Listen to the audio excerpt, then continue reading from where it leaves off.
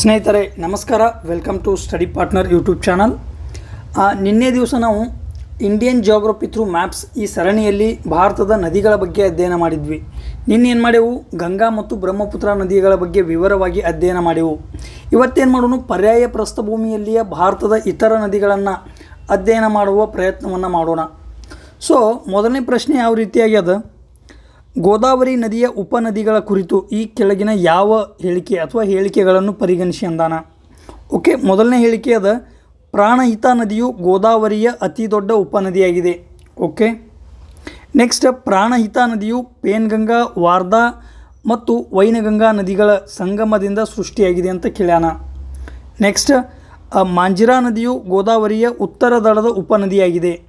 So ಈ ರೀತಿಯಾಗಿ 3 ಸ್ಟೇಟ್ಮೆಂಟ್ಸ್ಗಳನ್ನು ಕೊಟ್ಟಾನ. ನೆಕ್ಸ್ಟ್, ಆಪ್ಷನ್ಸ್ಗಳು ಯಾವ ರೀತಿ ಅದಾವು, 1, 2 ಮಾತ್ರ ಸರಿಯಾಗಿವೆ, ಯಾವುದು ಸರಿ ಅಂತ ಕೇಳ್ಯಾನ. ಸೊ 1 ಮತ್ತು 2 ಮಾತ್ರ, 2 ಮತ್ತು 3 ಮಾತ್ರ, 1 ಮತ್ತು 3 ಮಾತ್ರ, 1, 2 ಮತ್ತು 3. ಸ್ನೇಹಿತರೆ, ಈ ಪ್ರಶ್ನೆಗೆ ಉತ್ತರವನ್ನು ನೋಡೋ ಮೊದಲು ಈ ಗೋದಾವರಿ ನದಿಯ ಬಗ್ಗೆ ವಿವರವಾಗಿ ಅಧ್ಯಯನ ಮಾಡೋಣ. ಗೋದಾವರಿ ಎಲ್ಲಿ ಉಗಮ ಹೊಂದದ, ಯಾವ ಯಾವ ರಾಜ್ಯಗಳ ಮೂಲಕ ಹರಿತದ, ಯಾವ ಸಮುದ್ರವನ್ನು ಸೇರ್ತದ, ಇದೆಲ್ಲಗಳನ್ನು ನೋಡುವ ಪ್ರಯತ್ನವನ್ನು ಮಾಡೋಣ. ಹಾಗಾದರೆ ಮೊದಲು ಈ ಗೋದಾವರಿ ನದಿ ಮೂಲತಃ ಮಹಾರಾಷ್ಟ್ರದ ನಾಸಿಕ್ ಬಳಿಯ ತ್ರಂಬಕೇಶ್ವರದಲ್ಲಿ ಉಗಮ ಹೊಂದುತ್ತದೆ. ಓಕೆ, ತ್ರಂಬಕೇಶ್ವರ ಎಂಬಲ್ಲಿ ಉಗಮ ಹೊಂದದ. ನೆಕ್ಸ್ಟ್, ಇದು ಮಹಾರಾಷ್ಟ್ರ ಆಗಿರ್ಬೋದು, ತೆಲಂಗಾಣ, ಛತ್ತೀಸ್ಗಢ ಮತ್ತು ಆಂಧ್ರ ಪ್ರದೇಶಗಳ ಮೂಲಕ ಹರಿದು ಬಂಗಾಳ ಉಪಸಾಗರವನ್ನು ಸೇರ್ತದೆ, ಬೇ ಆಫ್ ಬೆಂಗಾಲ್ವನ್ನು ಸೇರ್ತದೆ. ಸೊ ಒಟ್ಟು 4 ರಾಜ್ಯಗಳ ಮೂಲಕ ಈ ಗೋದಾವರಿ ನದಿ ಹರಿತದೆ. ಓಕೆ, ಯಾವುದಂದ್ರೆ ಮಹಾರಾಷ್ಟ್ರ, ತೆಲಂಗಾಣ, ಛತ್ತೀಸ್ಗಢ ಮತ್ತು ಆಂಧ್ರ ಪ್ರದೇಶ. ಓಕೆ, ನೆಕ್ಸ್ಟ್, ಈ ಗೋದಾವರಿ ನದಿಯ ಎಡದಂಡೆಯ ಉಪನದಿಗಳು. ಎಡದಂಡೆ ಇದಕ್ಕೆ ನಾರ್ತನ್ ರಿವರ್ಸ್ ಅಂತಲೂ ಕರೀತಾರೆ ಅಥವಾ ನಾರ್ತನ್ ಟ್ರಿಬ್ಯೂಟರೀಸ್ ಅಂತಲೂ ಕರೀತಾರೆ. ಬಲದಂಡೆಯ ಉಪನದಿಗಳನ್ನು ಸದರ್ನ್ ಟ್ರಿಬ್ಯೂಟರೀಸ್ ಅಂತೇಳಿ ಕರಿತೇವೆ. ಸೊ ಎಡದಂಡೆಯ ಉಪನದಿಗಳಲ್ಲಿ ಮುಖ್ಯವಾಗಿ ಮೊದಲನೇದು ಯಾವುದು ಅಂದ್ರೆ ದೂದ್ನಾ ನಂತರ ಪ್ರಾಣಹಿತ, ಇದು ಪ್ರಾಣಹಿತ. ನೆಕ್ಸ್ಟ್ ಯಾವುದು, ಇಂದ್ರಾವತಿ ಆಗೋಣ ಶಬರಿ. ಈ ರೀತಿಯಾಗಿ 4 ಪ್ರಮುಖ ಈ ಉಪನದಿಗಳು ಎಡದಂಡೆಯಿಂದ ಏನಾಗ್ತಾವು, ಜಾಯಿನ್ ಆಗ್ತಾವು. ಇವು ಎಡದಂಡೆಯ ಉಪನದಿಗಳು. ಆದರೆ ಇದರಲ್ಲಿ ಪ್ರಾಣಹಿತ ನದಿ ಏನಲ್ಲ, ಇದು ಗೋದಾವರಿ ನದಿಯ ಅತಿ ದೊಡ್ಡ ಉಪನದಿ ಅಂತೇಳಿ ನಾವು ಗುರುತಿಸ್ತೇವೆ ಪ್ರಾಣಹಿತ ನದಿಯನ್ನು. ಪ್ರಾಣಹಿತ ನದಿಯು ಮುಖ್ಯವಾಗಿ ಪೇನ್ಗಂಗಾ, ವೈನ್ಗಂಗಾ, ವಾರ್ಧಾ ಈ 3 ನದಿಗಳು ಸಮಾಗಮ ಹೊಂದಿ ಪೆಂಚ್ ನದಿಯನ್ನು ಸೇರ್ತಾವು. ಸೊ ಯಾವ ರೀತಿ ಅಂದ್ರೆ ಪೇನ್ಗಂಗಾ, ವೇನ್ಗಂಗಾ, ವಾರ್ಧಾ ಈ 3 ನದಿಗಳು ಬಂದು ಪೆಂಚ್ ನದಿಯನ್ನು ಸೇರ್ತಾವು.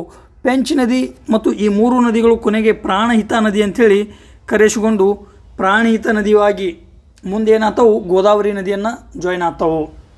ಸೊ ಒಟ್ಟಿನಲ್ಲಿ ಹೇಳಬೇಕಂದ್ರೆ ಪ್ರಾಣಹಿತ ನದಿಯು ಪೇನ್ಗಂಗಾ, ವಾರ್ಧಾ, ವೈನಗಂಗಾ ನದಿಗಳ ಸಂಗಮದಿಂದ ಸೃಷ್ಟಿಯಾಗಿದೆ. ಓಕೆ, ಹಾಗಾದರೆ 2ನೇ ಸ್ಟೇಟ್ಮೆಂಟ್ ರೈಟ್ ಇರ್ತೇವೆ. ಪ್ರಾಣಹಿತ ನದಿಯು ಗೋದಾವರಿ ನದಿಯ ಅತಿ ದೊಡ್ಡ ಉಪನದಿ, 1ನೇ ಸ್ಟೇಟ್ಮೆಂಟ್ ಕರೆಕ್ಟ್ ಆಗ್ತದೆ. ಓಕೆ, ಇಲ್ಲಿ ತನಕ ಏನು ನೋಡಿದೆ ಗೋದಾವರಿ ನದಿಯ ಬದ್ದಲ, ಮೂಲತಃ ಮಹಾರಾಷ್ಟ್ರದ ನಾಸಿಕ್ ಜಿಲ್ಲೆಯ ತ್ರಂಬಕೇಶ್ವರದಲ್ಲಿ ಉಗಮ ಹೊಂದದ, 4 ರಾಜ್ಯಗಳ ಮೂಲಕ ಹರಿತದ. ಗೋದಾವರಿಯು ಮಹಾರಾಷ್ಟ್ರ, ತೆಲಂಗಾಣ, ಛತ್ತೀಸ್ಗಢ ಮತ್ತು ಆಂಧ್ರ ಪ್ರದೇಶ್ ಹೀಗೆ 4 ರಾಜ್ಯಗಳ ಮೂಲಕ ಹರಿತದ. ಎಡದಂಡೆಯ ಉಪನದಿಗಳಲ್ಲಿ ಮೊದಲನೇದು ಯಾವುದು, ದೂದ್ನಾ, 2ನೇದು ಪ್ರಾಣಹಿತ, 3ನೇದು ಇಂದ್ರಾವತಿ. ಮೂಲತಃ ಈ ಇಂದ್ರಾವತಿ ನದಿಯು ಛತ್ತೀಸ್ಗಢದ ಈ ದಂಡಕಾರಣ್ಯ ಪ್ರದೇಶದಲ್ಲಿ ಉಗಮ ಹೊಂದದ, ಛತ್ತೀಸ್ಗಢ. ಓಕೆ, ನೆಕ್ಸ್ಟ್ ಶಬರಿ ನದಿಯು ಕೂಡ ಛತ್ತೀಸ್ಗಢದಲ್ಲಿ ಉಗಮ ಹೊಂದಿ ಗೋದಾವರಿಯನ್ನು ಎಡದಂಡೆಯ ಮೂಲಕ ಜಾಯಿನ್ ಆಗ್ತದೆ. ಓಕೆ, ಇನ್ನೊಂದು ಪಾಯಿಂಟ್ ಏನು ನೋಡಿದೆವು, ಈ ಪ್ರಾಣಹಿತ ನದಿಯು ಗೋದಾವರಿ ನದಿಯ ಅತಿ ದೊಡ್ಡ ಉಪನದಿ ಅಷ್ಟೇ ಅಲ್ಲದೆ ಇದು ಪೈನ್ಗಂಗಾ ಆಗಿರ್ಬೋದು, ವೈನ್ಗಂಗಾ ಆಗಿರ್ಬೋದು ಮತ್ತು ವಾರ್ಧಾ ಈ 3 ನದಿಗಳು ಮುಂದೆ ಬಂದು ಪೆಂಚ್ ನದಿಗೆ ಸೇರ್ತಾವು. ಸೊ ಈ ರೀತಿಯಾಗಿ ಈ 4 ನದಿಗಳು ಸೇರಿ ಪ್ರಾಣಹಿತ ನದಿ ಆಗ್ತದ. ಕೊನೆಗೆ ಈ ನದಿ ಏನಾಗ್ತದ, ಗೋದಾವರಿ ನದಿಗೆ ಎಡದಂಡೆಯ ಮೂಲಕ ಏನಾಗ್ತದೆ, ಜಾಯಿನ್ ಆಗ್ತದೆ. ಇವು ಏನು ನೋಡಿದೆವು, ಎಡದಂಡೆಯ ಉಪನದಿಗಳನ್ನು ನೋಡಿದೆವು. ನೆಕ್ಸ್ಟ್, ಬಲದಂಡೆಯ ಉಪನದಿಗಳು. ಇದು ಗೋದಾವರಿ ನದಿ. ಬಲದಂಡೆಯ ಉಪನದಿಗಳಲ್ಲಿ ಪ್ರಮುಖವಾಗಿ ಪ್ರವರಾ ನದಿ ಅತಿ ಮಹತ್ವದ ನದಿ. ನೆಕ್ಸ್ಟ್, ಮಾಂಜಿರಾ ನದಿ, ಪ್ರವರಾಗಣ ಮಾಂಜಿರಾ. ಈ ರೀತಿಯಾಗಿ ಬಲದಂಡೆಯ 2 ನದಿಗಳು ಮಹತ್ವದ್ದು. ಇನ್ನೊಂದು ಬರ್ತದೆ ಮಾನೇರ್, ಓಕೆ, ಮಾನೇರ್. ಸೊ ಪ್ರವರ, ಮಾಂಜಿರಾ ಮತ್ತು ಮಾನೇರ್ ಇವು ಗೋದಾವರಿ ನದಿಯ ಬಲದಂಡೆಯ ಉಪನದಿಗಳು. ಓಕೆ, ಎಡದಂಡೆ ಯಾವುವು? ದುಧ್ನ, ಪ್ರಾಣಹಿತ, ಇಂದ್ರಾವತಿ, ಶಬರಿ ಇವು ಎಡದಂಡೆಯ ಉಪನದಿಗಳಾದ್ರೆ ಪ್ರವರ ಆಗಿರ್ಬೋದು, ಮಾಂಜಿರಾ ಆಗಿರ್ಬೋದು, ಮಾನೇರ್ ಇವೆಲ್ಲ ಬಲದಂಡೆಯ ಉಪನದಿಗಳು. ಸೊ ಈಗ ಪ್ರಶ್ನೆಯನ್ನು ನೋಡೋಣ. ಪ್ರಾಣಹಿತ ನದಿಯು ಗೋದಾವರಿ ನದಿಯ ಅತಿ ದೊಡ್ಡ ಉಪನದಿಯಾಗಿದೆ. ಆಗಲೇ ಡಿಸೈಡ್ ಮಾಡಿದೆವು ಇದು ರೈಟ್ ಅಂಥೇಳಿ. ನೆಕ್ಸ್ಟ್, ಪ್ರಾಣಹಿತ ನದಿಯು ಪೇನ್ಗಂಗಾ, ವರ್ಧಾ ಮತ್ತು ವೈನಗಂಗಾ ನದಿಗಳ ಸಂಗಮದಿಂದ ಸೃಷ್ಟಿಯಾಗಿದೆ. ಹೌದು, ಇದು ಪೇನ್ಗಂಗಾ, ವರ್ಧಾ, ವೈನಗಂಗಾ ಅಷ್ಟೇ ಅಲ್ಲದೆ ಈ 3 ನದಿಗಳು ಸೇರಿ ಪೆಂಚ್ ನದಿಯೊಂದಿಗೆ ಸೇರ್ತಾವು. ಕೊನೆಗೆ ಈ 4 ನದಿಗಳು ಸೇರಿ ಪ್ರಾಣಹಿತ ಅಂತೇಳಿ ಗುರುತಿಸಲ್ಪಡ್ತಾವು. ಇವು ಗೋದಾವರಿ ನದಿಯ ಎಡಭಾಗದಲ್ಲಿ ಜಾಯಿನ್ ಆಗೋದ್ರಿಂದ ಇವು ಎಡದಂಡೆಯ ಉಪನದಿಗಳಂತೇಳಿ ಕರೆಸ್ಕೊಳ್ತಾವು. ಕರೆಕ್ಟ್ ಆಯಿತು. ನೆಕ್ಸ್ಟ್, ಮಾಂಜಿರಾ ನದಿಯು ಗೋದಾವರಿಯ ಉತ್ತರ ದಡದ ನಾರ್ತ್ ಬ್ಯಾಂಕ್ ಉಪನದಿಯಾಗಿದೆ. ಇದು ತಪ್ಪು. ಆಗಲೇ ನೋಡಿದೆವಿಲ್ಲಿ ಯಾವುದು? ಮಾಂಜಿರಾ ನದಿಯು ಸೌತ್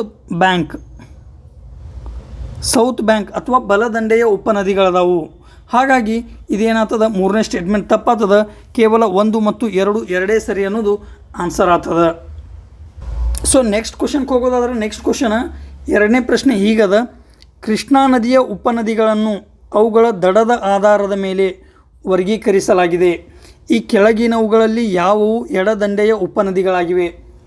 ಆಗಲೇ ಹೇಳಿದೆವು, ನದಿ ವಿಭಾಗದಲ್ಲಿ ಯಾವ ರೀತಿ ಅಧ್ಯಯನ ಮಾಡ್ಬೇಕಂದ್ರೆ ಅದರ ಉಗಮ ಸ್ಥಳ ನೋಡಬೇಕು, ಯಾವ ಯಾವ ರಾಜ್ಯಗಳ ಮೂಲಕ ಹರಿತದ ನೋಡಬೇಕು, ಬಲದಂಡೆಯ ಉಪನದಿಗಳು, ಎಡದಂಡೆಯ ಉಪನದಿಗಳು, ಅದರ ಜಲಾನಯನ ಪ್ರದೇಶ ಎಷ್ಟದ, ಯಾವ ರಾಜ್ಯದಲ್ಲಿ ಅತಿ ಹೆಚ್ಚದ, ಯಾವ ಸಾಗರವನ್ನು ಸೇರ್ತದ, ಇದೆಲ್ಲಗಳನ್ನು ನೋಡಬೇಕು. ಅದೇ ರೀತಿಯಾಗಿ ಈ ಕೃಷ್ಣಾ ನದಿಯ ಬದಲು ಪ್ರಶ್ನೆಯನ್ನು ಕೇಳಲಾಗಿದೆ, ಯಾವುವು ಎಡದಂಡೆಯ ಉಪನದಿಗಳು ಅದಾವು ಅಂಥೇಳಿ ಪ್ರಶ್ನೆಯನ್ನು ಕೇಳ್ಯಾನ. ಸ್ಟೇಟ್ಮೆಂಟ್ ಅದಾವು: ಭೀಮಾ, ತುಂಗಭದ್ರಾ, ಮೂಸಿ, ಘಟಪ್ರಭಾ ಮತ್ತು ಮಲಪ್ರಭಾ. ಈ 5 ನದಿಗಳು ಮೂಲತಃ ಕೃಷ್ಣಾ ನದಿಯ ಉಪನದಿಗಳದಾವು. ಆದರೆ ಅವ ಏನಂತ ಕೇಳ್ಯಾನ? ಯಾವುವು ಎಡದಂಡೆಯ ಉಪನದಿಗಳದಾವು ಅಂತ ಕೇಳ್ಯಾನ. ಸೊ ಆಪ್ಷನ್ ನಾವು 1 ಮತ್ತು 3, 2, 4, 5 ಮಾತ್ರ, 1, 3, 4 ಮಾತ್ರ, 1, 2, 3 ಮಾತ್ರ. ಈಗ ಕೃಷ್ಣಾ ನದಿ ಬದಲು ಈ ಕ್ವಶನನ್ನು ಬಿಡಿಸೋ ಮೊದಲು ಕೃಷ್ಣಾ ನದಿಯ ಬಗ್ಗೆ ಸಂಪೂರ್ಣ ಅಧ್ಯಯನ ಮಾಡೋಣ. ಅದು ಎಲ್ಲಿ ಉಗಮ ಹೊಂತದ? ಮೂಲತಃ ಇದು ಕೃಷ್ಣಾ ನದಿ. ಓಕೆ, ಹಾಗಾದ್ರೆ ಅದು ಉಗಮ ಎಲ್ಲಿ ಹೊಂತದ? ಮೂಲತಃ ಮಹಾರಾಷ್ಟ್ರ ರಾಜ್ಯದ ಸಾತಾರಾ ಜಿಲ್ಲೆಯ ಮಹಾಬಳೇಶ್ವರ್ ಎಂಬಲ್ಲಿ ಉಗಮ ಹೊಂತದ. ಓಕೆ, ಉಗಮ ಎಲ್ಲಿ? ಮಹಾಬಳೇಶ್ವರ. ಸ್ನೇಹಿತರೆ, ಈ ಮಹಾಬಳೇಶ್ವರ ಅಲ್ಲ, ಇದು ಮೂಲತಃ ಈ ಹರಿಶ್ಚಂದ್ರ ಶ್ರೇಣಿಯಲ್ಲಿ ಬರ್ತದೆ. ಹರಿಶ್ಚಂದ್ರ ಶ್ರೇಣಿ ಮಹಾರಾಷ್ಟ್ರದಲ್ಲಿ ಮುಖ್ಯವಾಗಿ ಅಜಂತ ಆಗಿರ್ಬೋದು, ಎಲ್ಲೋರ ಆಗಿರ್ಬೋದು, ಹರಿಶ್ಚಂದ್ರ, ಬಾಲಾಘಾಟ, ಗಾವಿಲ್ಗಢ ಈ ರೀತಿಯ ಪ್ರಮುಖ ಪರ್ವತ ಶ್ರೇಣಿಗಳು ಬರ್ತಾವು. ಆ ಪರ್ವತ ಶ್ರೇಣಿಗಳಲ್ಲಿ ಒಂದಾದ ಹರಿಶ್ಚಂದ್ರ ಪರ್ವತ ಶ್ರೇಣಿಯಿಂದ ಮಹಾಬಳೇಶ್ವರದಲ್ಲಿ ಈ ಕೃಷ್ಣಾ ನದಿ ಉಗಮ ಹೊಂತದ. ಮೂಲತಃ ಮಹಾರಾಷ್ಟ್ರ ರಾಜ್ಯದ ಸಾತಾರಾ ಜಿಲ್ಲೆಯಲ್ಲಿ. ಓಕೆ, ನೆಕ್ಸ್ಟ್, ಇದು ಮುಖ್ಯವಾಗಿ ಮಹಾರಾಷ್ಟ್ರ, ಕರ್ನಾಟಕ, ತೆಲಂಗಾಣ ಮತ್ತು ಆಂಧ್ರ ಪ್ರದೇಶ್ ಈ ರೀತಿಯಾಗಿ 4 ರಾಜ್ಯಗಳ ಮೂಲಕ ಹರಿದು ಬಂಗಾಳ ಉಪಸಾಗರವನ್ನು ಸೇರ್ತದೆ. ಓಕೆ, ಇದು ಕೂಡ ಮಹಾರಾಷ್ಟ್ರ, ಕರ್ನಾಟಕ, ತೆಲಂಗಾಣ ಮತ್ತು ಆಂಧ್ರ ಪ್ರದೇಶದ ಮೂಲಕ ಹರಿದು ಬಂಗಾಳದ ಉಪಸಾಗರವನ್ನು ಸೇರ್ತದೆ. ಇಲ್ಲಿ ಇನ್ನೊಂದು, ಈ ಕೃಷ್ಣಾ ನದಿಯು ತೆಲಂಗಾಣ ಮತ್ತು ಆಂಧ್ರ ಪ್ರದೇಶದ ನಡುವೆ ಗಡಿಯನ್ನು ನಿರ್ಮಾಣ ಮಾಡ್ತದೆ. 2 ರಾಜ್ಯಗಳ ಗಡಿಗಳ ಮೂಲಕ ಹಾಯ್ದು ಆಂಧ್ರ ಪ್ರದೇಶದ ಗಡಿಯನ್ನು ನಿರ್ಮಾಣ ಮಾಡ್ತದೆ. ಓಕೆ, ಇದನ್ನು ನೆನಪಿಡಬೇಕು. 4 ರಾಜ್ಯಗಳಲ್ಲಿ ಹರಿತದ, ತೆಲಂಗಾಣ ಮತ್ತು ಆಂಧ್ರ ಪ್ರದೇಶಗಳ ನಡುವೆ ಗಡಿಯನ್ನು ನಿರ್ಮಾಣ ಮಾಡ್ತದೆ. ನೆಕ್ಸ್ಟ್, ಈ ಕೃಷ್ಣಾ ನದಿಯ ಎಡದಂಡೆಯ ಉಪನದಿಗಳನ್ನು ನೋಡೋದಾದ್ರೆ ಲೆಫ್ಟ್ ಬ್ಯಾಂಕ್ ಟ್ರಿಬ್ಯೂಟರೀಸ್, ಅದರಲ್ಲಿ ಮೊದಲನೇದು ಬರೋದು ಯಾವುದು? ಭೀಮಾ ನದಿ. ಓಕೆ, ಭೀಮಾ ನದಿ. ಈ ಭೀಮಾ ನದಿಯು ಮುಖ್ಯವಾಗಿ ಭೀಮಾಶಂಕರದಲ್ಲಿ ಉಗಮ ಹೊಂತದ. ನಾಸಿಕ್ ಜಿಲ್ಲೆಯ ಭೀಮಾಶಂಕರದಲ್ಲಿ. ಇದು ಕೂಡ ಒಂದು ಜ್ಯೋತಿರ್ಲಿಂಗ. ಆಗಲೇ ನಾವು ಗೋದಾವರಿ ನದಿಯ ಉಗಮ ಸ್ಥಾನವನ್ನು ನೋಡಿದೆವು, ತ್ರಂಬಕೇಶ್ವರ. ಅದು ಕೂಡ ಭಾರತದಲ್ಲಿಯ ಪವಿತ್ರ 12 ಜ್ಯೋತಿರ್ಲಿಂಗಗಳ ಪೈಕಿ ಒಂದು ತ್ರಂಬಕೇಶ್ವರ. ಅದೇ ರೀತಿಯಾಗಿ ಭೀಮಾ ನದಿಯ ಉಗಮ ಸ್ಥಾನವಾದ ಭೀಮಾಶಂಕರ ಕೂಡವು ಅತಿ ಮಹತ್ವದ ಜ್ಯೋತಿರ್ಲಿಂಗ ಅಂತೇಳಿ ಕನ್ಸಿಡರ್ ಮಾಡಲಾಗ್ತದೆ. ಭೀಮಾಶಂಕರದಲ್ಲಿ ಭೀಮಾ ನದಿ ಉಗಮ ಹೊಂತದ. ಮುಂದೆ ಭೀಮಾ ನದಿಯ ಮೇಲಿರುವ ಪ್ರಮುಖ ನಗರ ಅಥವಾ ಪಟ್ಟಣ ಯಾವುದಂದ್ರೆ ಪಂಢರಪುರದಲ್ಲಿ ಈ ಭೀಮಾ ನದಿಯನ್ನು ಚಂದ್ರಭಾಗ ಅಂತೇಳಿ ಕರಿತೇವೆ. ಚಂದ್ರಭಾಗ ಅಂಥೇಳಿ ಕರಿತೇವೆ. ಓಕೆ, ಈ ಭೀಮಾ ನದಿಯ ಮೇಲೆ ಉಜ್ನಿ ಡ್ಯಾಮನ್ನು ನಿರ್ಮಾಣ ಮಾಡಲಾಗಿದೆ. ಉಜ್ನಿ ಡ್ಯಾಮ್ ನೆನಪಿರಬೇಕು ಇವೆಲ್ಲ. Okay, Ujani dam. ಇನ್ನೊಂದು ಆಗಲೇ ಗೋದಾವರಿ ನದಿಯ ಡಿಸ್ಕಸ್ ಮಾಡುವಾಗ ಮರ್ತೀವಿ ಅನಿಸುತ್ತಾ. ಗೋದಾವರಿ ನದಿಯ ಮೇಲೆ ನಿರ್ಮಾಣವಾದ ಅತಿ ಪ್ರಮುಖವಾದ ಆಣೆಕಟ್ಟು ಅಥವಾ ಡ್ಯಾಮ್ ಯಾವುದಂದ್ರೆ ಪೋಲಾವರಂ. ಪೋಲಾವರಂ ಆಂಧ್ರ ಪ್ರದೇಶದಲ್ಲಿ ಅದ. ಇದು ಪೋಲಾವರಂ ಆಯಿತು. ಈಗೇನು ಮಾಡ್ಲತ್ತೇವೆ, ಕೃಷ್ಣಾ ನದಿಯ ಎಡದಂಡೆಯ ಉಪನದಿಗಳನ್ನು ನೋಡ್ಲತ್ತೇವೆ. ಮೊದಲನೇ ಎಡದಂಡೆಯ ಉಪನದಿ ಭೀಮಾ ನದಿ. ಭೀಮಾಶಂಕರದಲ್ಲಿ ಉಗಮ ಅಂತ ನೋಡಿದೆವು. ಪಂಢರ್ಪುರದ ಹತ್ತಿರ ಅದನ್ನು ಚಂದ್ರಭಾಗ ಅಂತ ಕರೀತಾರೆ ನೋಡಿದೆವು. ನೆಕ್ಸ್ಟ್ ಮೂಸಿ. ಭೀಮಾ ಆಗಣ ಮೂಸಿ. ಮೂಸಿ ನದಿಯು ಹೈದರಾಬಾದ್ ನಗರದ ಮೂಲಕ ಹಾಯ್ದು ಹೋಗ್ತದೆ. ಹೈದರಾಬಾದ್ ನಗರ ಯಾವ ನದಿಯ ದಂಡೆಯ ಮೇಲಿದೆ ಅಂದ್ರೆ ಅದು ಮೂಸಿ ನದಿ. ಓಕೆ, ಇವೆಲ್ಲ ನೆನಪಿಡ್ಬೇಕು ನೀವು. ಸೊ ಭೀಮಾ ಆಯಿತು, ಮೂಸಿ ಆಯಿತು, ಇವು ಪ್ರಮುಖ ಎಡದಂಡೆಯ ಉಪನದಿಗಳಾದವು. ನೆಕ್ಸ್ಟ್ ಬಲದಂಡೆಯ ಉಪನದಿಗಳನ್ನು ನೋಡೋದಾದ್ರೆ ಬಲದಂಡೆಯ ಉಪನದಿಗಳು ಭಾಳ ಅದಾವು. ಕೃಷ್ಣಾ ನದಿಗೆ ಹಲವಾರು ಬಲದಂಡೆಯ ಉಪನದಿಗಳದಾವು. ಒಂದನೇದು ಕೊಯ್ನಾ ನದಿ. ಇದು ಕೂಡ ಮಹಾರಾಷ್ಟ್ರದ ಸಾತಾರ ಜಿಲ್ಲೆಯಲ್ಲಿ ಉಗಮ ಹೊಂದದ. ಈ ಕೊಯ್ನಾ ನದಿಯ ಮೇಲೆ ಪ್ರಮುಖ ಕೊಯ್ನಾ ಅಣೆಕಟ್ಟನ್ನು ನಿರ್ಮಾಣ ಮಾಡಲಾಗಿದೆ, Koyna dam. Okay, next Warna ನದಿ. ಒಂದು ನಿಮಿಷ.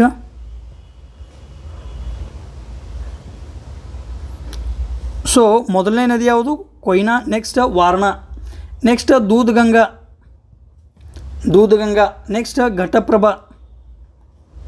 ಅದು ಆಗೋಣ ಮಲಪ್ರಭಾ. So next Tungabhadra.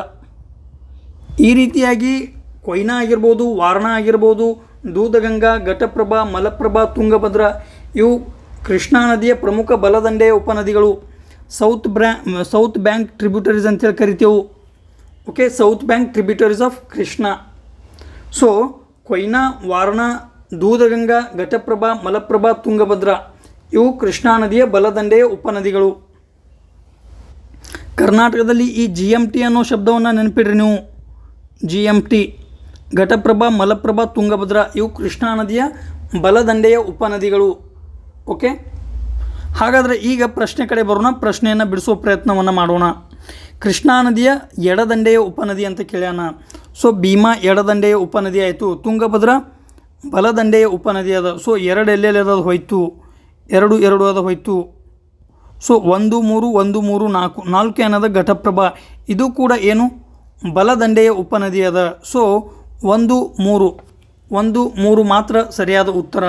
ಕೃಷ್ಣಾ ನದಿಯ ಬಗ್ಗೆ ಇನ್ನೊಮ್ಮೆ ಮೆಲುಕು ಹಾಕುವುದಾದ್ರೆ ಇದು ಮೂಲತಃ ಮಹಾರಾಷ್ಟ್ರದ ಸಾತಾರಾ ಜಿಲ್ಲೆಯ ಮಹಾಬಳೇಶ್ವರಲ್ಲಿ ಉಗಮ ಹೊಂದದ. ಮಹಾಬಳೇಶ್ವರಲ್ಲಿ ಉಗಮ ಹೊಂದಿ ಮಹಾರಾಷ್ಟ್ರ, ಕರ್ನಾಟಕ, ತೆಲಂಗಾಣ, ಆಂಧ್ರ ಪ್ರದೇಶದ ಮೂಲಕ ಹರಿದು ಬಂಗಾಳ ಉಪಸಾಗರವನ್ನು ಸೇರ್ತದೆ. ಭೀಮಾ, ಮೂಸಿ ಇವೆರಡು ಪ್ರಮುಖ ಎಡದಂಡೆಯ ಉಪನದಿಗಳಾದರೆ ಕೊಯ್ನಾ ಆಗಿರ್ಬೋದು, ದೂದ್ಗಂಗಾ ಆಗಿರ್ಬೋದು, ವಾರ್ನಾ ಆಗಿರ್ಬೋದು, ಘಟಪ್ರಭಾ, ಮಲಪ್ರಭಾ, ತುಂಗಭದ್ರಾ ಇವು ಪ್ರಮುಖ ಬಲದಂಡೆಯ ಉಪನದಿಗಳು. ಓಕೆ, ಕೃಷ್ಣಾ ನದಿಯ ಮೇಲೆ ಬೇರೆ ಬೇರೆ ಅಣೆಕಟ್ಟುಗಳನ್ನು ನಿರ್ಮಾಣ ಮಾಡಲಾಗಿದೆ. ಆಲಿಮಟ್ಟೆಯಲ್ಲಿ ಲಾಲ್ ಬಹದ್ದೂರ್ ಶಾಸ್ತ್ರಿ ಅಣೆಕಟ್ಟು, ಬಸವಸಾಗರ ಅಣೆಕಟ್ಟನ್ನು ನಿರ್ಮಾಣ ಮಾಡಲಾಗಿದೆ. ಈ ರೀತಿಯಾಗಿ ಅಣೆಕಟ್ಟುಗಳನ್ನು ಕೂಡ ನೋಡಿದೆವು. ನೆಕ್ಸ್ಟ್ ಮುಂದಿನ ಪ್ರಶ್ನೆಗೆ ಹೋಗೋಣ ಸ್ನೇಹಿತರೆ. ಮುಂದಿನ ಪ್ರಶ್ನೆ ಕಾವೇರಿ ನದಿಗೆ ಸಂಬಂಧಿಸಿದ ಪ್ರಶ್ನೆ ಅದ. ಸೊ ಕಾವೇರಿ ನದಿಗೆ ಸಂಬಂಧಿಸಿದ ಈ ಕೆಳಗಿನ ಹೇಳಿಕೆಗಳನ್ನು ಪರಿಶೀಲಿಸಿ ಅಂದಾನ. ಕಾವೇರಿ ನದಿಯು ನೈಋತ್ಯ ಸೌತ್ ವೆಸ್ಟ್ ಮತ್ತು ಈಶಾನ್ಯ ಮುಂಗಾರು ಎರಡರಿಂದಲೂ ಮಳೆಯನ್ನು ಪಡೆಯುವುದರಿಂದ ಇದು ಪರ್ಯಾಯ ದ್ವೀಪದ ಇತರ ನದಿಗಳಿಗಿಂತ ಕಡಿಮೆ ಏರಿಳಿತದ ಹರಿವನ್ನು ಹೊಂದಿದೆ. ಕಡಿಮೆ ಏರಿಳಿತದ ಅಂದರೆ ನಿರಂತರವಾಗಿ ಹರಿಯುತ್ತದೆ. ಮಳೆಗಾಲದಲ್ಲಿ ಈ ನೈಋತ್ಯ ಮಾನ್ಸೂನ್ದಿಂದ ಹರಿದರೆ ಚಳಿಗಾಲದ ಸಂದರ್ಭದಲ್ಲಿ ಈಶಾನ್ಯ ಮಾನ್ಸೂನ್ ಮಾರುತಗಳಿಂದ ಇದು ತುಂಬಿ ಹರಿತದೆ ಅಂತೇಳಿ ಕೊಟ್ಟಾನ. ನೋಡೋಣ ಇದನ್ನು. ನೆಕ್ಸ್ಟ್ ಕಬಿನಿ, ಭವಾನಿ ಮತ್ತು ಅಮರಾವತಿ ಇವು ಕಾವೇರಿಯ ಎಡದಂಡೆಯ ಉಪನದಿಗಳಾಗಿವೆ.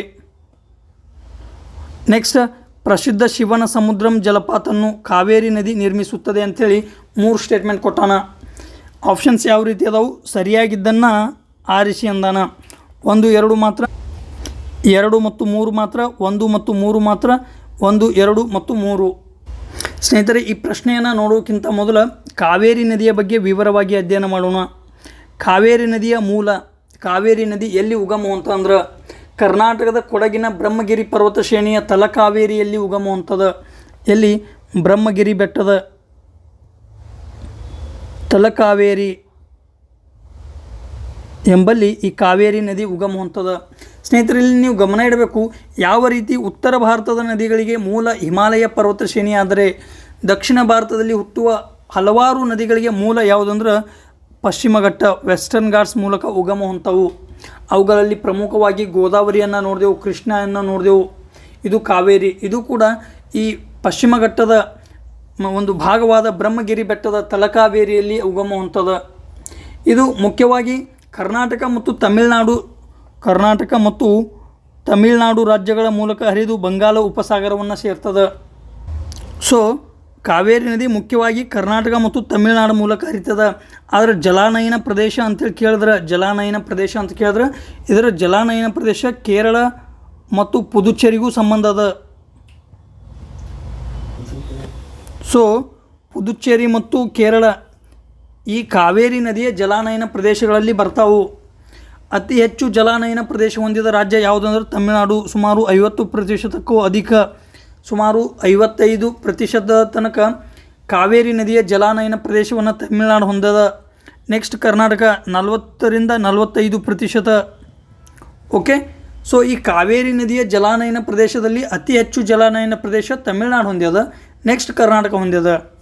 ಓಕೆ, ಸೊ ಕಾವೇರಿ ನದಿಯ ಉಗಮ ನೋಡಿದೆವು, ಬ್ರಹ್ಮಗಿರಿ ಬೆಟ್ಟದ ತಲಕಾವೇರಿ ಕರ್ನಾಟಕ ಮತ್ತು ತಮಿಳುನಾಡು ಎರಡು ರಾಜ್ಯಗಳ ಮೂಲಕ ಪ್ರತ್ಯಕ್ಷವಾಗಿ ಹರಿತದ ಅನ್ನೋದು ನೋಡಿದೆವು. ನೆಕ್ಸ್ಟ್ ಏನು ಮಾಡೋಣ, ಕಾವೇರಿ ನದಿಯ ಎಡದಂಡೆಯ ಉಪನದಿಗಳನ್ನು ನೋಡೋಣ, ಲೆಫ್ಟ್ ಬ್ಯಾಂಕ್ ಟ್ರಿಬ್ಯೂಟರೀಸ್. ಓಕೆ, ಮೊದಲನೇದು ಯಾವುದು? Hemavathi, next Shimsha, next Arkavathi. So next Tirumani Muttaru ಅನ್ನೋ ನದಿ. ಇದನ್ನು ನೆನಪಿಡಬೇಕು, ಇದನ್ನು ಯಾರು ನೆನಪಿಡಲ್ಲ. ಸಪೋಸ್ ಇದೊಂದು ಆಪ್ಷನ್ ಬಂದ್ರೆ ಎಲ್ಲರೂ ಕನ್ಫ್ಯೂಸ್ ಆಗ್ತಾರೆ ಇಲ್ಲಿ. So Tirumani ಮುತ್ತಾರು,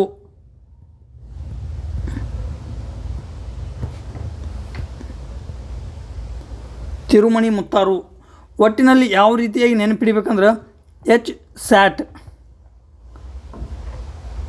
so H sat ಅಂದರೆ ಏನು? ಹೇಮಾವತಿ, ಶಿಂಷಾ, ಅರ್ಕಾವತಿ, ತಿರುಮಣಿ ಮುತ್ತಾರು. ಹೇಮಾವತಿ, ಶಿಂಷಾ, ಅರ್ಕಾವತಿ, ತಿರುಮಣಿ ಮುತ್ತಾರು. ಈ ರೀತಿಯಾಗಿ ಕಂಟಿನ್ಯೂ ಏನು ಮಾಡಬೇಕು, ಯಾವ ರೀತಿಯಾಗಿ ನೆನಪಿಡಬೇಕಂದ್ರೆ ರಫ್ ಆಗಿ ಇದನ್ನು ತೆಗಿಬೇಕು, ರೇ ಡಯಾಗ್ರಾಮ್ ತೆಗಿಬೇಕು. ಸಪೋಸ್ ಇದು ಕಾವೇರಿ ನದಿ ಉಗಮ ಎಲ್ಲಿ? ಬ್ರಹ್ಮಗಿರಿ ಬೆಟ್ಟದ ತಲಕಾವೇರಿ. ಎಡದಂಡೆಯ ಉಪನದಿಗಳು ಯಾವುವು? H sat, H Hemavathi, S Shimsha, A Arkavathi, T Tirumani Muttaru. ಈ ರೀತಿಯಾಗಿ ಕಂಟಿನ್ಯೂ ಮಾಡಬೇಕು. H Hemavathi, S Shimsha, A Arkavathi, T Tirumani Muttaru. ಈ ರೀತಿಯಾಗಿ 10-12 ಸಲ ಮಾಡೋದ್ರಿಂದ ನಿಮ್ಗೆ ಒಂದು ಸಲ ಪರ್ಫೆಕ್ಟ್ ಆಯ್ತು ಅಂದ್ರೆ ನೆಕ್ಸ್ಟ್ ಯಾವುದೇ ಥರದಲ್ಲಿ ನೆನಪರಲ್ಲ. ಇದು H sat. So H sat ಅಂದ್ರೆ ಕಾವೇರಿ ನದಿಯ ಎಡದಂಡೆಯ ಉಪನದಿಗಳು. ನೆಕ್ಸ್ಟ್ ಈಗ ಬಲದಂಡೆಯ ಉಪನದಿಗಳಲ್ಲಿ ಪ್ರಮುಖವಾಗಿ ಲಕ್ಷ್ಮಣ ತೀರ್ಥ, ಕಬಿನಿ, ನೆಕ್ಸ್ಟ್ ಸುವರ್ಣವತಿ,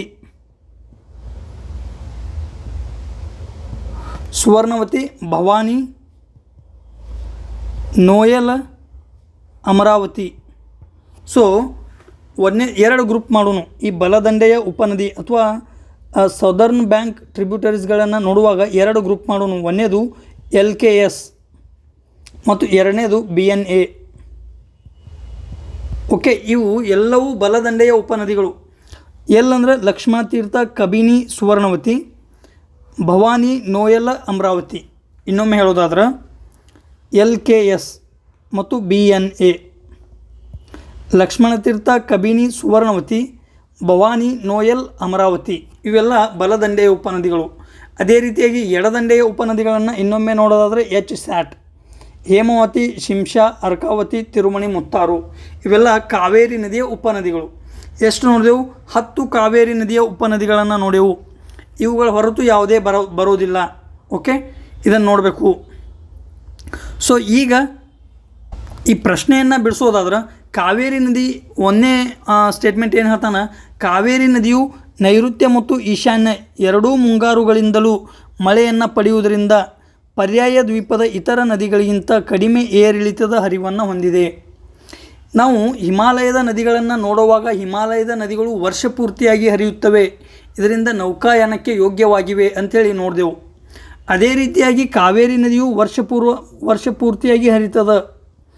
ಕಾರಣ ಏನಂದ್ರೆ ಇದು ಮುಖ್ಯವಾಗಿ ನೈಋತ್ಯ ಮಾನ್ಸೂನ್ ಮತ್ತು ಈಶಾನ್ಯ ಮಾನ್ಸೂನ್ ಎರಡೂ ಈ ಮಾನ್ಸೂನ್ಗಳಿಂದಲೂ ಮಳೆಯನ್ನು ಪಡಿತದೆ, ಹೀಗಾಗಿ ವರ್ಷ ಪೂರ್ತಿಯಾಗಿ ಹರಿತದೆ ಅಂಥೇಳಿ ಕೊಟ್ಟಾನ. ಈ ಸ್ಟೇಟ್ಮೆಂಟ್ ಸರಿಯಾಗ್ಯದ. ನಿಮಗೆ ಎಲ್ಲ ಗೊತ್ತದ, ಭಾರತದ ಈ ಮಳೆಗಾಲಕ್ಕೆ ಬೆನ್ನೆಲುಬು ಯಾವುದಂದ್ರೆ ನೈಋತ್ಯ ಮಾನ್ಸೂನ್. ಭಾರತದ ಬಹುತೇಕ ಮಳೆಗಾಲ ಅಥವಾ ಮಳೆ ಈ ನೈಋತ್ಯ ಮಾನ್ಸೂನ್ದಿಂದಲೂ ಪಡೆಯುತ್ತದೆ. ಅದೇ ರೀತಿಯಾಗಿ ಈಶಾನ್ಯ ಮಾನ್ಸೂನ್ದಿಂದ ಭಾರತದ ಪೂರ್ವ ಕರಾವಳಿ, ವಿಶೇಷವಾಗಿ ಈ ಕೋರಮಂಡಲ ಕರಾವಳಿ ಮಳೆಯನ್ನು ಪಡಿತದೆ. ಅದೇ ಸಂದರ್ಭದಲ್ಲಿ ಅಲ್ಲಿಂದಲೇ ಈ ಕಾವೇರಿ ನದಿ ಹೋಗ್ತದೆ. ಅದಕ್ಕಾಗಿ ಕಾವೇರಿ ನದಿ ನೈಋತ್ಯ ಮತ್ತು ಈಶಾನ್ಯ ಎರಡೂ ಮಾನ್ಸೂನ್ಗಳಿಂದಲೂ ಮಳೆಯನ್ನು ಪಡಿತದೆ. ನೆಕ್ಸ್ಟ್ ಕಬಿನಿ, ಭವಾನಿ, ಅಮರಾವತಿ ಇವು ಕಾವೇರಿ ನದಿಯ ಎಡದಂಡೆಯ ಅಂದಾನಿಲ್ಲಿ. ಸೊ ಇಲ್ಲಿ ಗಮನ ಇಡಬೇಕು ನೀವು. ಆಗಲೇ ನೋಡಿದೆವು ನಾವು ಎಡದಂಡೆಯ ನದಿಗಳಲ್ಲಿ ಸ್ಯಾಟ್ ಅಂತ ನೋಡಿದೆವು. ಹೇಮಾವತಿ, ಶಿಂಷಾ, ಅರ್ಕಾವತಿ, ತಿರುಮಣಿ, ಮುತ್ತಾರು ಇವು ಎಡದಂಡೆಯ ನದಿಗಳು. ಬಲದಂಡೆಗಳ ನದಿಯನ್ನು ನೋಡುವಾಗ LKS ಅನ್ನೋದು ಒಂದು ನೋಡಿದೆವು. ನೆಕ್ಸ್ಟ್ BNA ಅನ್ನೋದೊಂದು ನೋಡಿದೆವು. ಎರಡು ಗ್ರೂಪನ್ನು ಮಾಡಿದ್ದೆವು. LKSದಲ್ಲಿ ಲಕ್ಷ್ಮಣ ತೀರ್ಥ, ಕಬಿನಿ, ಸುವರ್ಣವತಿ, ಭವಾನಿ, ನೋಯಲ್, ಅಮರಾವತಿ. ಸೊ ಭವಾನಿ, ಅಮರಾವತಿ, ಕಬಿನಿ ಇವು ಬಲದಂಡೆಯ ಉಪನದಿ ಅದಾವು. ಸೊ ಹಾಗಾಗಿ ಎರಡನೇ ಹೇಳಿಕೆ ಏನತ್ತದ ತಪ್ಪಾಗ್ತದ. ಎರಡನೇ ಹೇಳಿಕೆ ಇಲ್ಲಿ ಅದ. ಸೊ 1 ಮತ್ತು 3 ಮಾತ್ರ ಸರಿಯಾದ ಉತ್ತರ ಆಗ್ತದೆ. ಈ ಕಾವೇರಿ ನದಿಯು ಶಿವನ ಸಮುದ್ರಂ ಜಲಪಾತವನ್ನು ನಿರ್ಮಾಣ ಮಾಡ್ತದೆ ಅಂತೇಳಿ ಕೊಟ್ಟಾನ. ಎಸ್ ಹೌದು ಸ್ನೇಹಿತರೆ, ಕಾವೇರಿ ನದಿ ಏನು ಮಾಡ್ತದೆ, ತನ್ನ ಈ ಶಿವನ ಸಮುದ್ರಂ ಜಲಪಾತವನ್ನು ನಿರ್ಮಾಣ ಮಾಡುತ್ತದೆ. ಈ ಜಲಪಾತದ ಹತ್ತಿರ ಏನು ಮಾಡಲಾಗಿದೆ, ಶಿವನ ಸಮುದ್ರ ಜಲವಿದ್ಯುತ್ ಸ್ಥಾವರವನ್ನು ನಿರ್ಮಾಣ ಮಾಡಲಾಗಿದೆ. ಈ ಜಲವಿದ್ಯುತ್ ಸ್ಥಾವರವನ್ನು ಏಷ್ಯಾದ ಮೊದಲ ಜಲವಿದ್ಯುತ್ ಸ್ಥಾವರ ಅಂತೇಳಿ ಗುರುತಿಸ್ತೇವೆ. ಈ ಮೂಲಕ ಶಿವನ ಸಮುದ್ರದಲ್ಲಿ ನಿರ್ಮಾಣ ಮಾಡಿದ ಈ ಜಲವಿದ್ಯುತ್ತನ್ನು ನೇರವಾಗಿ ಬೆಂಗಳೂರಿಗೆ ಸಾಗಿಸಲಾಗ್ತದೆ. ಸೊ ಬೆಂಗಳೂರು ನಗರ ಮೊದಲ ಜಲವಿದ್ಯುತ್ತನ್ನು ಪಡೆದುಕೊಂಡ ಅಥವಾ ವಿದ್ಯುತ್ತನ್ನು ಪಡೆದುಕೊಂಡ ನಗರ ಅಂಥೇಳಿ ಗುರುತಿಸಲಾಗ್ತದೆ. ಸೊ ಇದು ಶಿವನ ಸಮುದ್ರ ಜಲಪಾತ ಆಯಿತು. ಇದೇ ರೀತಿಯಾಗಿ ಗಗನಚುಕ್ಕಿ, ಭರಚುಕ್ಕಿ ಜಲಪಾತಗಳನ್ನು ನಿರ್ಮಾಣ ಮಾಡ್ತದೆ. ಶ್ರೀರಂಗಂ ಎನ್ನುವ ಒಂದು ನದಿ ದ್ವೀಪವನ್ನು ನಿರ್ಮಾಣ ಮಾಡಲಾಗ್ತದೆ. ಇದು ಮೂಲತಃ ತಮಿಳುನಾಡಿನಲ್ಲಿ ಕಂಡುಬರ್ತದೆ. ಯಾವುದು? ಶ್ರೀರಂಗಂ ದ್ವೀಪ. ಸೊ ಇದು ಕಾವೇರಿ ನದಿಯ ಬಗ್ಗೆ ವಿವರವಾಗಿ ನೋಡುವ ಪ್ರಯತ್ನವನ್ನು ಮಾಡಿದೆವು. ಕಾವೇರಿ ನದಿಯನ್ನು ದಕ್ಷಿಣದ ಗಂಗಾ ನದಿ ಅಂತೇಳಿ ಗುರುತಿಸಲಾಗ್ತದೆ. ಏನು ಕಾವೇರಿ ನದಿಯನ್ನು ದಕ್ಷಿಣದ ಗಂಗೆ ಅಂತೇಳಿ ಕರೆಯಲಾಗ್ತದೆ. ಕಾರಣ ಇಷ್ಟೇ, ಗಂಗಾ ನದಿಯಷ್ಟೇ ಕಾವೇರಿ ನದಿಯು ಪವಿತ್ರ ಎಂಬ ಈ ಒಂದು ಕಲ್ಪನೆಯಿಂದ ಕಾವೇರಿ ನದಿಯನ್ನು ದಕ್ಷಿಣದ ಗಂಗಾ ಅಂತೇಳಿ ಕರಿತೇವೆ. ಅದೇ ರೀತಿಯಾಗಿ ಗೋದಾವರಿ ನದಿಯನ್ನು ಕೂಡ ದಕ್ಷಿಣದ ಗಂಗಾ ಅಂತೇಳಿ ಕರಿತೇವೆ. ಕಾರಣ ಯಾವ ರೀತಿ ಉತ್ತರ ಭಾರತದಲ್ಲಿ ಗಂಗಾ ನದಿ ಅತಿ ಉದ್ದದ ನದಿ ಅದ, ಅದೇ ರೀತಿಯಾಗಿ ಈ ಪರ್ಯಾಯ ಪ್ರಸ್ಥಭೂಮಿಯಲ್ಲಿ ಗೋದಾವರಿ ನದಿಯು ಅತಿ ದೊಡ್ಡ ನದಿಯಾಗಿರುವುದರಿಂದ ಅದನ್ನು ದಕ್ಷಿಣ ಗಂಗಾ ಅಂತೇಳಿ ಕರಿತೇವೆ. ಓಕೆ, ದಕ್ಷಿಣದ ಗಂಗಾ ಅಂದರೆ ಕಾವೇರಿನೂ ಹೌದು, ಗೋದಾವರಿನೂ ಹೌದು. ಇದು ಕಾವೇರಿ ನದಿಯ ಒಂದು ಮಾಹಿತಿ. ನೆಕ್ಸ್ಟ್ ಮುಂದಿನ ಪ್ರಶ್ನೆ, ಮಹಾನದಿ ಬದ್ದಲದ. ಮಹಾನದಿ ನದಿ ಪಾತ್ರದ ಕುರಿತು ಈ ಕೆಳಗಿನ ಹೇಳಿಕೆಗಳನ್ನು ಗಮನಿಸಿ ಅಂದಾನ. ಈ ನದಿಯು ಛತ್ತೀಸ್ಗಢದ ದಂಡಕಾರಣ್ಯ ಪ್ರದೇಶದ ಸಿಹಾವಾ ಬಳಿ ಉಗಮ ಹೊಂದುತ್ತದೆ. ನೋಡೋಣ ಇದನ್ನು. ನೆಕ್ಸ್ಟ್ ಸಿಯೋನಾಥ, ಹಸ್ದೇವ, ಮಾಂಡ್ ಮತ್ತು ಇಬ್ ಇದರ ಪ್ರಮುಖ ಉಪನದಿಗಳು. ಎಸ್ ನೋಡೋಣ. ಪ್ರಪಂಚದ ಅತಿ ಉದ್ದದ ಮಣ್ಣಿನ ಆಣೆಕಟ್ಟುಗಳಲ್ಲಿ ಒಂದಾದ ಹಿರಾಕುಡ್ ಅಣೆಕಟ್ಟನ್ನು ಒಡಿಸ್ಸಾದಲ್ಲಿ ಈ ನದಿಗೆ ಅಡ್ಡಲಾಗಿ ನಿರ್ಮಿಸಲಾಗಿದೆ. ಯಾವ ರೀತಿ ನಾವು GKದಲ್ಲಿ ಓದ್ತೇವೆ ಅತಿ ಉದ್ದದ ಅಣೆಕಟ್ಟು ಯಾವುದು ಅಂದ್ರೆ ಅದು ಹಿರಾಕುಡ್ ಅಣೆಕಟ್ಟನ್ನು ಅಂಥೇಳಿ ಓದ್ತೇವೆ. ಅದು ಯಾವ ನದಿ ದಡದ ಮೇಲೆ ನಿರ್ಮಾಣವಾಗಿದೆ ಅಂತ ಕೇಳ್ಯಾನ. ಸೊ ಇದನ್ನು ಕೂಡ ನೋಡೋಣ. ಸೊ ಇಲ್ಲಿ ಮೇಲೆ ಕೊಟ್ಟಿರುವ ಹೇಳಿಕೆಗಳಲ್ಲಿ ಯಾವುವು ಸರಿಯಾಗಿವೆ ಅಂತ ಕೇಳ್ಯಾನ. 1 ಮತ್ತು 2 ಮಾತ್ರ, 2 ಮತ್ತು 3 ಮಾತ್ರ, 1 ಮತ್ತು 3 ಮಾತ್ರ, ಹಾಗೂ 1, 2 ಮತ್ತು 3 ಎಲ್ಲವೂ ಅನ್ನೋದು ಇದರ ಆಪ್ಷನ್ಸ್ ಅದ. ಸ್ನೇಹಿತರೆ, ಇದು ಮಹಾನದಿ, ಈ ರೀತಿಯಾಗಿಲ್ಲದು ಆ್ಯಕ್ಚುಲಿ ಇದು ಮಹಾನದಿ. ಸೊ ಹಾಗಾದರೆ ಮಹಾನದಿ ಎಲ್ಲಿ ಉಗಮ ಅಂತದಂದ್ರೆ ಮೂಲತಃ ಇದು ಛತ್ತೀಸ್ಗಢ ರಾಜ್ಯದ ಛತ್ತೀಸ್ಗಢ ರಾಜ್ಯದ ಧಮ್ತರಿ ಜಿಲ್ಲೆಯ ಸಿಹಾವಾ ಪರ್ವತ ಶ್ರೇಣಿಯಲ್ಲಿ ಉಗಮ ಹೊಂದದ. ಓಕೆ, ಈ ನದಿಯು ಮುಖ್ಯವಾಗಿ ಛತ್ತೀಸ್ಗಢ ಮತ್ತು ಒಡಿಸ್ಸಾದ ಮೂಲಕ ಹರಿದು ಬಂಗಾಳ ಉಪಸಾಗರವನ್ನು ಸೇರ್ತದೆ. ಓಕೆ, ಮೂಲತಃ ಛತ್ತೀಸ್ಗಢ ಮತ್ತು ಒಡಿಸ್ಸಾ ರಾಜ್ಯದ ಮೂಲಕ ಹರಿದು ಬಂಗಾಳ ಉಪಸಾಗರವನ್ನು ಸೇರ್ತದೆ. ಈ ನದಿಗೆ ಪ್ರಪಂಚದ ಅತಿ ಉದ್ದದ ಮಣ್ಣಿನ ಅಣೆಕಟ್ಟಾದ ಹಿರಾಕುಡ್ ಅಣೆಕಟ್ಟನ್ನು ನಿರ್ಮಾಣ ಮಾಡಲಾಗಿದೆ. ಓಕೆ, ಏನು ಈ ಮಹಾನದಿಗೆ ಅಡ್ಡಲಾಗಿ ಹಿರಾಕುಡ್ ಅಣೆಕಟ್ಟನ್ನು ನಿರ್ಮಾಣ ಮಾಡಲಾಗಿದೆ. ಇದು ಮೂಲತಃ ಮಣ್ಣಿನಿಂದ ನಿರ್ಮಾಣವಾದ ಅಣೆಕಟ್ಟು. ಅತಿ ಉದ್ದದ ದೇಶದ ಅಣೆಕಟ್ಟು ಯಾವುದಂದ್ರೆ ಅದು ಹಿರಾಕುಡ್ ಅಣೆಕಟ್ಟು. ಅತಿ ಎತ್ತರದ ಅಣೆಕಟ್ಟು ಯಾವುದಂತ ನೋಡಿದೆವು, ಅದು ಯಾವುದು? ಥೇರಿ ಅಣೆಕಟ್ಟು ಭಾಗೀರಥಿ ನದಿಯ ಮೇಲೆ ನಿರ್ಮಾಣವಾಗಿದೆ. ಓಕೆ, ಇದು ಇತ್ತೀಚೆಗೆ ನಿರ್ಮಾಣವಾದ ಅಣೆಕಟ್ಟು. ಮೊದಲು ಯಾವುದಂತ ಕರಿತಿದ್ದೆವು? ಬಾಕ್ರಾನಂಗಲ್ ಅಂತ ಕರಿತಿದ್ದೆವು. ಬಾಕ್ರಾನಂಗಲ್ ಅದನ್ನು ಮೂಲತಃ ಸತ್ಲಜ್ ನದಿಯ ಮೇಲೆ ನಿರ್ಮಾಣ ಮಾಡಲಾಗಿದೆ. ಸೊ ಈಗೇನು ಮಾಡೋಣ, ಮಹಾನದಿಯ ಮೇಲೆ ಅಡ್ಡಲಾಗಿ ನಿರ್ಮಾಣವಾದ ದೇಶದ ಅತಿ ಉದ್ದದ ಅಣೆಕಟ್ಟು ಯಾವುದಂದರೆ ಹಿರಾಕುಡ್ ಅಣೆಕಟ್ಟು. ಇದು ಮೂಲತಃ ಛತ್ತೀಸ್ಗಢ ಹಾಗೂ ಒಡಿಸ್ಸಾ ರಾಜ್ಯಗಳ ಮೂಲಕ ಹರಿದು ಬಂಗಾಳ ಉಪಸಾಗರವನ್ನು ಸೇರ್ತದೆ. ಪ್ರಮುಖ ಎಡದಂಡೆಯ ಉಪನದಿಗಳು ಯಾವುವು? ಸೇವನಾಥ್, ಹಸ್ದೋ, ಮಾಂಡಗಣ, ಇಬ್ಬ ಇದು ಇಬ್ ನದಿ. ಓಬ್ ನದಿ ಎಲ್ಲಿ ಬರ್ತದೆ? ಇದು ರಷ್ಯಾದಲ್ಲಿ ಬರ್ತದೆ. ಓಬ್ ನದಿ ರಷ್ಯಾದ ಅತಿ ಉದ್ದದ ನದಿಗಳಲ್ಲಿ ಒಂದಾದ ಓಬ್ ನದಿ, ಅದು ರಷ್ಯಾದಲ್ಲಿ ಬರ್ತದೆ. ಇದು ಇಬ್ ನದಿ. ಸೊ ಎಡದಂಡೆಯ ಉಪನದಿಗಳಲ್ಲಿ ಸೇವನಾಥ್ ಆಗಿರ್ಬೋದು, ಹಸ್ದೋ ಆಗಿರ್ಬೋದು, ಮಾಂಡ್, ಇಬ್ ಯಾವ್ಯಾವು? ಇದು ಮಹಾನದಿ. ಸೇವನಾಥ್, ಹಸ್ದೇವ್, ಮಾಂಡ್, ಇಬ್. ಸೇವನಾಥ್, ಹಸ್ದೇವ್, ಮಾಂಡ್, ಇಬ್. ಈ ರೀತಿಯಾಗಿ ಪ್ರಾಕ್ಟೀಸ್ ಮಾಡಿರಿ. ಯಾವ್ಯಾವು? ಸೇವನಾಥ್, ಹಸ್ದೋ, ಮಾಂಡ್, ಇಬ್ ಇವು ಪ್ರಮುಖ ಎಡದಂಡೆಯ ಉಪನದಿಗಳು, ಮಹಾನದಿಯ ಎಡದಂಡೆಯ ಉಪನದಿಗಳು. ನೆಕ್ಸ್ಟ್ ಬಲದಂಡೆಯ ಉಪನದಿಗಳನ್ನು ನೋಡೋದಾದ್ರೆ, ಸೊ ಒಂದನೇದು ಜೋಂಕ್. ನೆಕ್ಸ್ಟ್ ಓಂಗ್. ನೆಕ್ಸ್ಟ್ ಯಾವುದು? ಓಂಗ್. ನೆಕ್ಸ್ಟ್ ತೇಲ್. ಈ ರೀತಿಯಾಗಿ ನೋಡ್ರಿ, ಪ್ರಮುಖ ಬಲದಂಡೆಯ ಉಪನದಿಗಳು ಯಾವುವಂದ್ರೆ ಜೋಂಕ, ಓಂಗ, ಟೇಲ್. ಯಾವುವು? ಜೋಂಕ, ಓಂಗ, ಟೇಲ್. ಈ ರೀತಿಯಾಗಿ ಇವು ಪ್ರಮುಖ ಬಲದಂಡೆಯ ನದಿಗಳು. ಇನ್ನೊಮ್ಮೆ ನೋಡೋದಾದ್ರೆ ಇದು ಮಹಾನದಿಯ ಬಲದಂಡೆಯ ಉಪನದಿಗಳು ಯಾವುವು? ಜೋಂಕ್, ಓಂಗ್, ಟೇಲ್. ಓಕೆ, ಈ ಮೂರು ಪ್ರಮುಖವಾದ ಉಪನದಿಗಳು. ಓಕೆ, ನೆಕ್ಸ್ಟ್ ಸ್ನೇಹಿತರೆ, ನೆಕ್ಸ್ಟ್ ದೇವಿ ನದಿ ಅಂತ ಬರ್ತದೆ. ದೇವಿ ನದಿ ಇದು ಮಹಾನದಿಯ ಉಪನದಿ ಅಲ್ಲ, ಇದು ಡಿಸ್ಟ್ರಿಬ್ಯೂಟರೀಸ್. ಮುಂದೇನಾಗ್ತದೆ, ಈ ಮಹಾನದಿ ಕವಲೊಡೆದು ಎರಡು ಶಾಖೆಗಳಾಗಿ ಬಂಗಾಳ ಉಪಸಾಗರವನ್ನು ಸೇರ್ತದೆ. ಒಂದನ್ನು ಮಹಾನದಿ ಅಂತ ಕರೆದ್ರೆ ಇನ್ನೊಂದನ್ನು ದೇವಿ ನದಿ ಅಂತೇಳಿ ಗುರುತಿಸ್ತೇವೆ. ದೇವಿ ನದಿ ಮಹಾನದಿಯ ಉಪನದಿ ಅಲ್ಲ, ದೇವಿ ನದಿ ಮಹಾನದಿಯ ಡಿಸ್ಟ್ರಿಬ್ಯೂಟರಿ ಕವಲು ನದಿ ಅಂತೇಳಿ ಗುರುತಿಸಲ್ಪಡ್ತದೆ. ಸೊ ಇದು ಏನಾಯಿತು? ಮಹಾನದಿ ಆಯಿತು. ಈಗ ಪ್ರಶ್ನೆಯನ್ನು ನೋಡೋಣ. ಈ ನದಿಯು ಛತ್ತೀಸ್ಗಢದ ದಂಡಕಾರಣ್ಯ ಪ್ರದೇಶದ ಸಿಹಾವಾ ಪ್ರದೇಶದಲ್ಲಿ ಉಗಮ ಹೊಂದುತ್ತದೆ. ಕೊನೆ ಹೇಳಿಕೆ ಅನ್ನೋದು ಸರಿಯಾದ ಹೇಳಿಕೆ ಅದ. ಛತ್ತೀಸ್ಗಢದಲ್ಲಿಯೇ ದಂಡಕಾರಣ್ಯ ಪ್ರದೇಶದಲ್ಲಿ ಸಿಹಾವಾ ಪರ್ವತ ಶ್ರೇಣಿಯಲ್ಲಿ ಇದು ಉಗಮ ಹೊಂದದ. ದಂಡಕಾರಣ್ಯ ಪ್ರದೇಶ ಅಂದ್ರೆ ನೆನಪಾಗಬೇಕು, ಬಸ್ತಾರ ಜಿಲ್ಲೆಯಲ್ಲಿ ಏನು ನಕ್ಸಲೈಟ್ಸ್ ಅಂತ ನೆನಪು ಬರಬೇಕು, ನಕ್ಸಲಿಸಮ್. ಸೊ ಇತ್ತೀಚೆಗೆ ಮಾರ್ಚ್ 2026ರಲ್ಲಿ ಭಾರತವನ್ನು ನಕ್ಸಲ್ ಮುಕ್ತ ಪ್ರದೇಶ ಅಂತೇಳಿ ಗುರುತಿಸಲಾಯಿತು. ಸೊ ಛತ್ತೀಸ್ಗಢದ ಈ ದಂಡಕಾರಣ್ಯ ಪ್ರದೇಶದಲ್ಲಿ ವಿಶೇಷವಾಗಿ ಬಸ್ತಾರ್ ಮತ್ತು ಬಿಜಾಪುರ ಜಿಲ್ಲೆಗಳಲ್ಲಿ ನಕ್ಸಲಿಸ್ಟ್ಗಳು ಕಂಡುಬರ್ತಿದ್ರು. ಸೊ ಆ ಒಂದು ದಂಡಕಾರಣ್ಯ ಪ್ರದೇಶದಲ್ಲಿ ಈ ಛತ್ತೀಸ್ಗಢ ನದಿ ಉಗಮ ಹೊಂದದ. ನೆಕ್ಸ್ಟ್ ಸೇವನಾಥ, ಹಸ್ದೇವ, ಮಾಂಡ, ಇಬ್ ಇವು ಪ್ರಮುಖ ಉಪನದಿಗಳು. ಇಲ್ಲಿ ಲೆಫ್ಟ್ ಬ್ಯಾಂಕ್ ರೈಟ್ ಬ್ಯಾಂಕ್ ಅಂತೇಳಿ ಹೇಳಿಲ್ಲವ, ಪ್ರಮುಖ ಉಪನದಿಗಳ ಅಂಥೇಳಿ ಜಸ್ಟ್ ಕೊಟ್ಟಾನ. ಸೊ ನಾವು ನೋಡಿದೆವು ಸೇವನಾಥ್, ಹಸ್ದೇವ್, ಮಾಂಡ್, ಇಬ್ ಇವು ಪ್ರಮುಖ ಎಡದಂಡೆಯ ಉಪನದಿಗಳಾದರೆ ಜೋಂಕ್, ಓಂಗ್, ತೇಲ್ ಇವು ಪ್ರಮುಖ ಬಲದಂಡೆಯ ಉಪನದಿಗಳು. ಪ್ರಪಂಚದ ಅತಿ ಉದ್ದದ ಮಣ್ಣಿನ ಅಣೆಕಟ್ಟುಗಳಲ್ಲಿ ಒಂದಾದ ಹಿರಾಕುಡ್ ಅಣೆಕಟ್ಟನ್ನು ಈ ನದಿಗೆ ಅಡ್ಡಲಾಗಿ ನಿರ್ಮಿಸಲಾಗಿದೆ. ಸೊ ಈ ಸ್ಟೇಟ್ಮೆಂಟು ಕರೆಕ್ಟ್ ಅದ.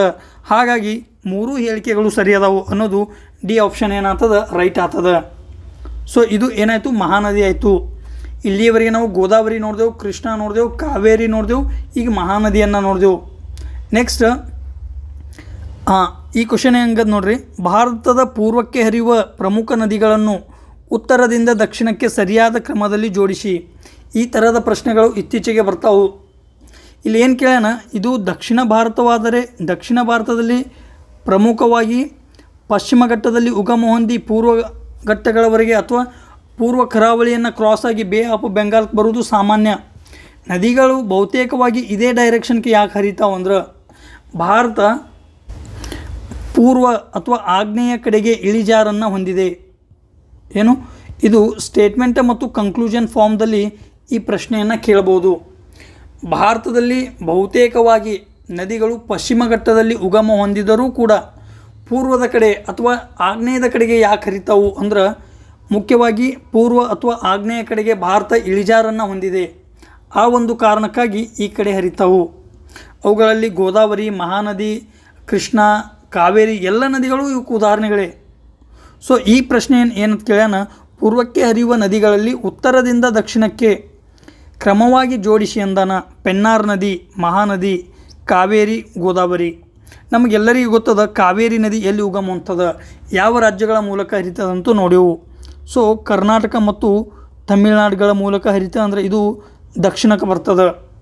ನೆಕ್ಸ್ಟ್ ಗೋದಾವರಿ ಎಲ್ಲಿ ಉಗಮ ಹೊಂತದ, ಮಹಾರಾಷ್ಟ್ರದಲ್ಲಿ ಉಗಮ ಹೊಂದಿ ಮುಂದೆ ಆಂಧ್ರ ಪ್ರದೇಶ್, ತೆಲಂಗಾಣ ಮತ್ತು ಛತ್ತೀಸ್ಗಢ ಈ 4 ರಾಜ್ಯಗಳ ಮೂಲಕ ಹರಿತದೆ ಅಂತ ನೋಡಿದೆವು. ಹಾಗಾದರೆ ಇದು ಈ ಕಾವೇರಿ ನದಿಗಿಂತಲೂ ಮ್ಯಾಗ ಬರ್ತದೆ. ನೆಕ್ಸ್ಟ್ ಮಹಾನದಿ ಛತ್ತೀಸ್ಗಢ ಮತ್ತು ಒಡಿಸ್ಸಾಗಳ ಮೂಲಕ ಹರಿತದೆ ಅಂತ ನೋಡಿದೆವು. ಇದು ಗೋದಾವರಿಗಿಂತಲೂ ಮ್ಯಾಗ ಬರ್ತದೆ.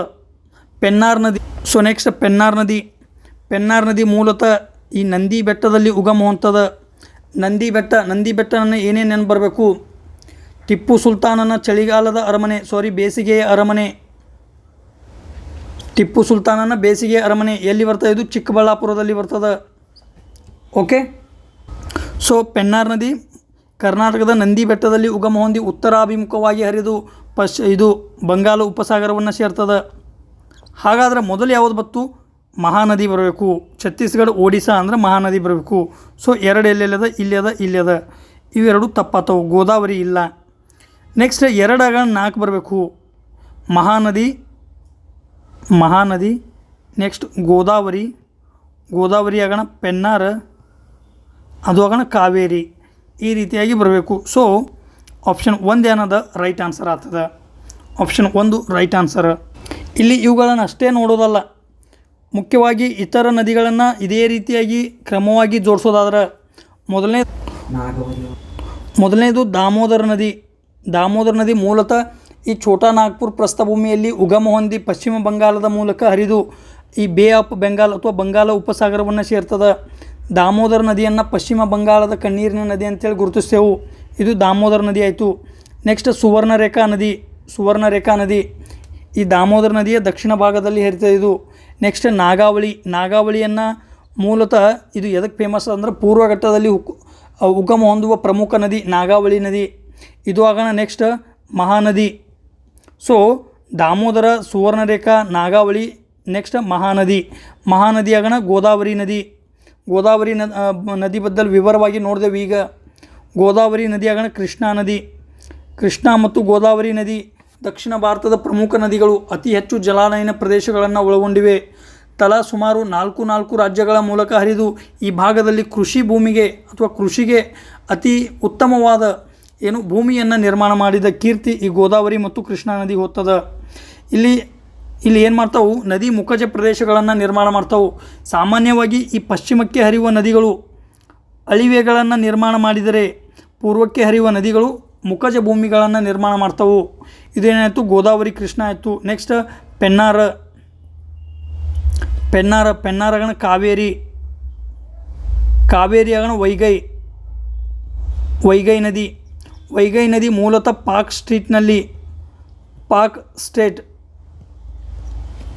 ಪಾಕ್ ಜಲಸಂಧಿ ಅಂತ ಏನು ಕರಿತೀವೋ ಆ ಪಾಕ್ ಜಲಸಂಧಿಯಲ್ಲಿ ಏನು ಮಾಡ್ತದೆ, ಡ್ರೈನ್ ಆಗ್ತದೆ. ಇದು ಆಯಿತು. ನೆಕ್ಸ್ಟ್ ಕೊನೆಗೆ ಬರೋದೇ ತಾಮೀರ್ ಬರಾಣಿ ನದಿ. ತಾಮೀರ್ ಬರಾಣಿ. ಈ ರೀತಿಯಾಗಿ ನೋಡಿದೆವು. ಯಾವ್ಯಾವ ನೋಡಿದೆವು? ದಾಮೋದರ ನೋಡಿದೆವು, ಸುವರ್ಣರೇಖಾ, ನಾಗಾವಳಿ, ಮಹಾನದಿ, ಗೋದಾವರಿ, ಕೃಷ್ಣ, ಪೆನ್ನಾರ, ಕಾವೇರಿ, ವೈಗೈ ಮತ್ತು ತಾಮೀರ್ ಬರಾಣಿ. ಅತಿ ದಕ್ಷಿಣಕ್ಕೆ ಇರುವ ನದಿ ಯಾವುದಂದ್ರೆ ತಾಮೀರ್ ಬರಾಣಿ. ಈ ವೈಗೈ ನದಿ ಎಲ್ಲಿ ಹುಟ್ಟುತ್ತಾ ಅಂತ ಕೇಳ್ಬೋದು. ವೈಗೈ ನದಿ ಮೂಲತಃ ಈ ಅಣ್ಣಾಮಲೈ ಪರ್ವತ ಶ್ರೇಣಿಗಳಲ್ಲಿ ಉಗಮ ಹೊಂದದ. ಇವು ಏನು ಈ ಪೂರ್ವಘಟ್ಟಗಳಲ್ಲಿ ಅಥವಾ ಪೂರ್ವಕ್ಕೆ ಹರಿಯುವ ನದಿಗಳಲ್ಲಿ ಉತ್ತರದಿಂದ ದಕ್ಷಿಣಕ್ಕೆ ಕ್ರಮವಾಗಿ ಅರೇಂಜ್ ಮಾಡಿರಿ ಅಂದಾಗ ಈ ಥರ ಅರೇಂಜ್ ಮಾಡುವುದು ಕರೆಕ್ಟ್ ಆಗ್ತದೆ. ಓಕೆ, ಸೊ ಇದಕ್ಕೆ ಆನ್ಸರ್ ಯಾವುದು? ಆಪ್ಷನ್ ಎ ಕರೆಕ್ಟ್ ಆನ್ಸರ್ ಆಗ್ತದೆ. ಸೊ ನೆಕ್ಸ್ಟ್ ಕ್ವಶನ್, ಪಶ್ಚಿಮ ಘಟ್ಟಗಳಲ್ಲಿ ಉಗಮಿಸಿ ಅರಬ್ಬಿ ಸಮುದ್ರವನ್ನು ಸೇರುವ ನದಿಗಳು ಮತ್ತು ಅವು ಪ್ರಧಾನವಾಗಿ ಹರಿಯುವ ರಾಜ್ಯಗಳನ್ನು ಹೊಂದಿಸಿ ಬರೆಯಿರಿ ಅಂತ ಕೇಳ್ಯಾನ. ಸ್ನೇಹಿತರೆ, ಮುಖ್ಯವಾಗಿ ಎಲ್ಲ ನದಿಗಳು ಪಶ್ಚಿಮ ಘಟ್ಟದಲ್ಲಿ ಉಗಮ ಹೊಂದಿದರೂ ಕೂಡ ಪೂರ್ವಕ್ಕೆ ಹರಿತಾವು. ಆದರೆ ಕೆಲವು ನದಿಗಳು ಅವು ಆಕಾರದಲ್ಲಿ ಅಥವಾ ಹರಿಯುವ ಲೆಂತ್ನ ಕ್ರಮವನ್ನು ನೋಡಿದರೆ ಇವು ಸಣ್ಣ ನದಿ ಅಂತೇಳಿ ಗುರುತಿಸ್ತೇವೆ. ಯಾವ ನದಿಗಳು ಯಾವ ರಾಜ್ಯದಲ್ಲಿ ಉಗಮ ಹೊಂದವು ಅಂತ ಕೇಳ್ಯಾನ. ಸೊ ಮಾಂಡೋವಿ ನದಿಯನ್ನು ಮೂಲತಃ ಮಹದಾಯಿ ನದಿ ಅಂತಲೂ ಕರೆಯಲಾಗುತ್ತದೆ. ಮಹದಾಯಿ ಯಾಕೆ ಇಂಪಾರ್ಟೆಂಟ್ ಅದಂದ್ರೆ ಈ ಮಹದಾಯಿ ನದಿಯ ನೀರನ್ನು ಈ ಕರ್ನಾಟಕದ ಘಟಪ್ರಭಾ ನದಿಗೆ ಜೋಡಿಸಿ ಈ ಧಾರವಾಡ ಆಗಿರ್ಬೋದು, ಗದಗ, ಬಾಗಲಕೋಟೆ ಈ ಪ್ರದೇಶಗಳಿಗೆ ನೀರಾವರಿಯನ್ನು ಒದಗಿಸುವ ಒಂದು ಪ್ರಯತ್ನವನ್ನು ಮಾಡಲಾಗುತ್ತಿದೆ. ಆ ಒಂದು ಕಾರಣಕ್ಕಾಗಿ ಮಹದಾಯಿ ನದಿ ಇಂಪಾರ್ಟೆಂಟ್ ಆಗ್ತದೆ. ಸೊ ಮಹದಾಯಿ ನದಿ ಮಾಂಡೋವಿ ಈ ಗೋವಾದ ಮೂಲಕ ಹರಿದು ಏನಾಗ್ತದೆ? ಅರಬ್ಬಿ ಸಮುದ್ರವನ್ನು ಸೇರ್ತದೆ. ಇಲ್ಲಿ ಉಗಮವನ್ನು ಕೇಳಿಲ್ಲ, ಹರಿಯುವ ಪ್ರಮುಖ ರಾಜ್ಯಗಳನ್ನು ಕೇಳ್ಯಾನ. ಸೊ ಮಾಂಡೋವಿ ನದಿ ಗೋವಾ ಮೂಲಕ ಹರಿಯುತ್ತದೆ. ಸರಿಯಾದ ಈ ಹೇಳಿಕೆ ಏನದ? ಸರಿಯಾದ. ಶರಾವತಿ ಕರ್ನಾಟಕ. ಶರಾವತಿ ನದಿ ಎಲ್ಲಿಯದ? ಕರ್ನಾಟಕದ ಮೂಲಕ ಹರಿತದೆ. ಈ ಶರಾವತಿ ನದಿಗೆ ವಿಶ್ವ ಪ್ರಸಿದ್ಧ ಜೋಗ ಜಲಪಾತ ನಿರ್ಮಾಣವಾಗಿದೆ.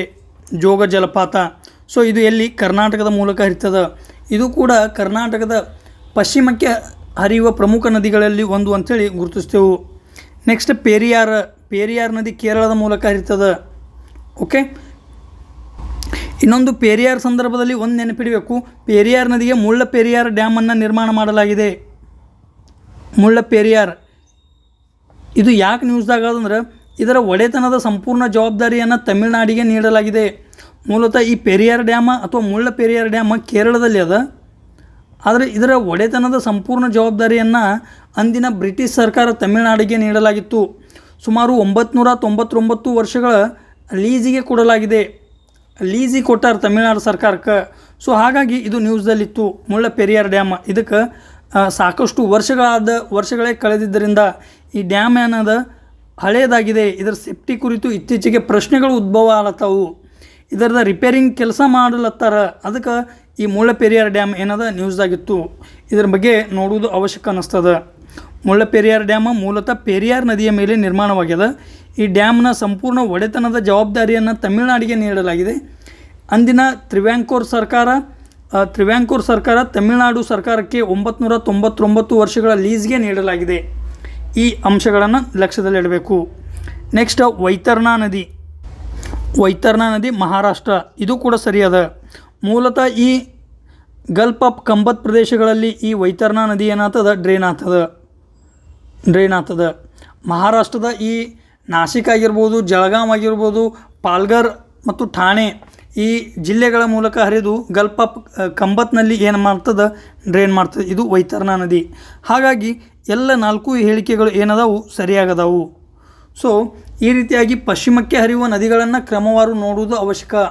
ಯಾವ ರಾಜ್ಯದಲ್ಲಿ ಅದಾವ ಅನ್ನೋದು ನೋಡಬೇಕು. ಓಕೆ, ಇನ್ನೂ ಹಲವು ನದಿಗಳು ಬರ್ತಾವೆ ಇಲ್ಲಿ. ಪಶ್ಚಿಮಕ್ಕೆ ಹರಿಯುವ ನದಿಗಳಲ್ಲಿ ಪ್ರಮುಖವಾಗಿ ನರ್ಮದಾ ನದಿ ಬರ್ತದೆ.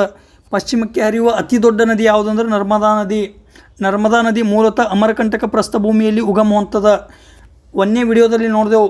ಭಾರತದ ಈ ನದಿಗಳ ಬಗ್ಗೆ ವಿವರಣೆಯನ್ನು ನೀಡುವಾಗ ಅಮರಕಂಟಕ ಪ್ರಸ್ಥಭೂಮಿಯಲ್ಲಿ ನದಿಯ ರೇಡಿಯಲ್ ಪ್ಯಾಟರ್ನ ನಿರ್ಮಾಣವಾಗ್ತದೆ. ಯಾಕಂದರೆ ಈ ಸೈಡ್ ಪಶ್ಚಿಮದ ಕಡೆಗೆ ನರ್ಮದಾ ನದಿ ಬಂದ್ರೆ ಉತ್ತರದ ಕಡೆಗೆ ಸೋನ್ ನದಿ ಬರ್ತದೆ.